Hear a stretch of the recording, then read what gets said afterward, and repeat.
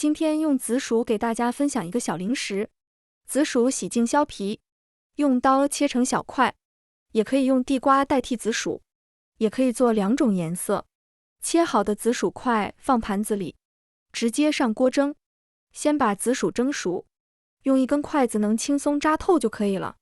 取出放入料理机，白糖60克，玉米淀粉50克，粘米粉90克，200毫升纯牛奶，200毫升清水，打成紫薯泥。容器里面刷一层玉米油，尽量不要用花生油，因为它的味道比较重。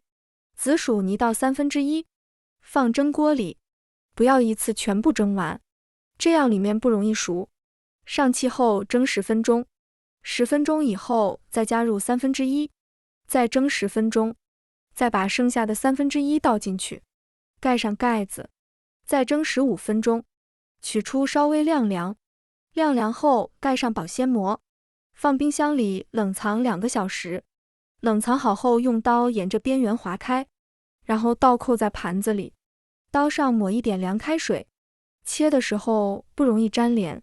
倒点椰蓉粉，切好的紫薯块裹上一层椰蓉，没有椰蓉也可以放白糖。Q 弹清爽的紫薯凉糕就做好了，喜欢的朋友可以试一下。